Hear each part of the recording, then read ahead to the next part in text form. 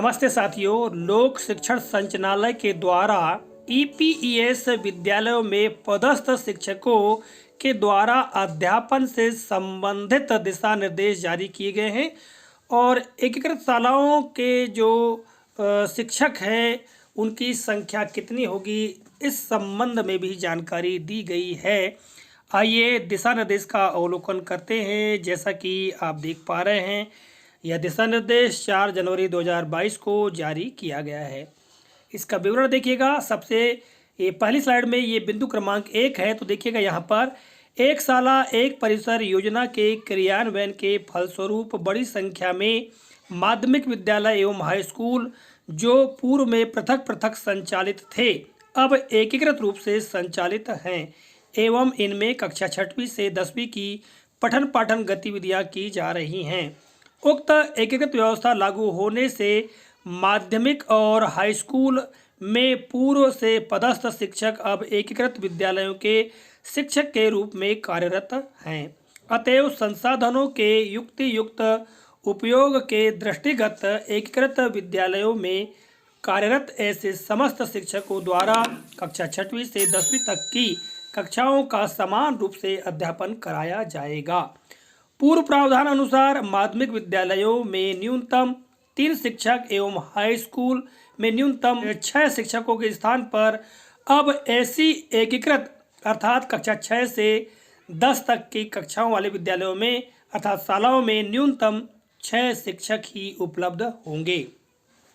तो साथियों, इस बिंदु क्रमांक 1 में आपने देखा कि स्पष्ट कर दिया गया है कि जो ईपीईएस विद्यालय के शिक्षक हैं वे एकीकृत व्यवस्था होने के कारण अब एकीकृत विद्यालयों के शिक्षक के रूप में कार्य कर रहे हैं और सभी शिक्षकों को समान रूप से अध्यापन कराया जाना है उनके द्वारा कक्षा 6 से 10 तक का। ऐसा नहीं कि जो कक्षा 6 में पहले पढ़ा रहे थे तो अब वो कक्षा 9-10 में नहीं पढ़ाएंगे, ऐसा नहीं है। उनके विषय के अनुसार वे कक्षा 9-10 में पढ़ा सकते हैं। जो शिक्षक कक्षा 9-10 में पहले पढ़ा रहे थे तो वो अब कक्षा 6-7-8 में भी पढ़ा सकते हैं, ऐसा यहाँ पर स्पष्ट कर दिया गया है। और जैसा कि यहाँ पर बताया गया है कि पहले माध्यमिक शाला में 3 शिक्षक हुआ करते थे और हाई स्कूल में न्यूनतम 6 शिक्षक, किंतु अब ईपीईएस शालाओं में उनकी संख्या न्यूनतम 6 कर दी गई है, यहाँ स्पष्ट कर दिया गया है।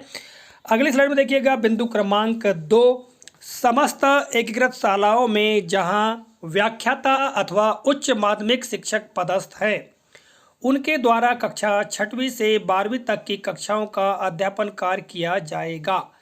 आशा यह है कि व्याख्याता या उच्च माध्यमिक शिक्षकों द्वारा उनके विषय की 11वीं तथा 12वीं कक्षाओं के अध्यापन के अतिरिक्त विद्यालय की शैक्षणिक आवश्यकता के अनुसार कक्षा 6वीं से 10वीं तक की कक्षाओं में भी अध्यापन कार्य किया जाएगा। उक्त कक्षा 6वीं से 10वीं तक की कक्षाओं का अध्यापन व्याख्याता या उच्च माध्यमिक शिक्षकों द्वारा उनके स्नातक के विषय के आधार पर कराया जाएगा। समस्त व्याख्याता या उच्च माध्यमिक शिक्षक या माध्यमिक शिक्षक द्वारा एक दिवस में सामान्यतः 6 पीरियड का अध्यापन कराया जाएगा। तो साथियों, यहाँ पर स्पष्ट कर दिया गया है कि व्याख्याता हो या उच्च माध्यमिक शिक्षक हो, उनके द्वारा कक्षा 6 से 12 तक की कक्षाओं में अध्यापन कार्य कराया जाना है, यह स्पष्ट कर दिया गया है। और प्रत्येक शिक्षक को न्यूनतम जो 6 पीरियड है वो लेने हैं, यहाँ पर स्पष्ट कर दिया गया है। बिंदु क्रमांक 3 में जो जानकारी दी गई है कि समस्त एकीकृत विद्यालयों में उपरोक्तानुसार अध्यापन व्यवस्था सुनिश्चित करने के पश्चात ही आवश्यक होने पर अतिथि शिक्षकों की मांग को स्वीकृति दी जाएगी।